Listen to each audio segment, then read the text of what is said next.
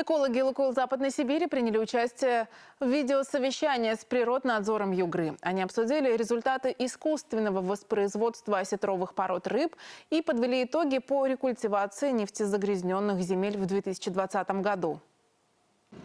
Программа по восстановлению почвы должна быть реализована в регионе до 2024 года. Большой вклад в это направление делает общество «Лукойл Западная Сибирь». У нас на начало 2020 года числилось 10 гектар загрязненных земель. На всех на них ведутся восстановительные работы. По итогам 2020 года 4 гектара полностью восстановлены и возвращены в лесной фонд. На остальных землях мы продолжаем работать. Планируем более 4 гектар также сделать в 2020 году и в 2021 году и в 2022 году полностью завершить эту работу.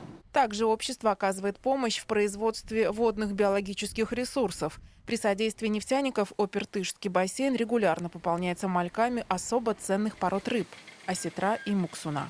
В 2020 году мы заключали договор с Югорским рыборазводным заводом, выпустили более 6 миллионов мальков муксуна. На 2021 год также запланированы эти работы. Планируем выпустить в этот раз уже больше 8 миллионов.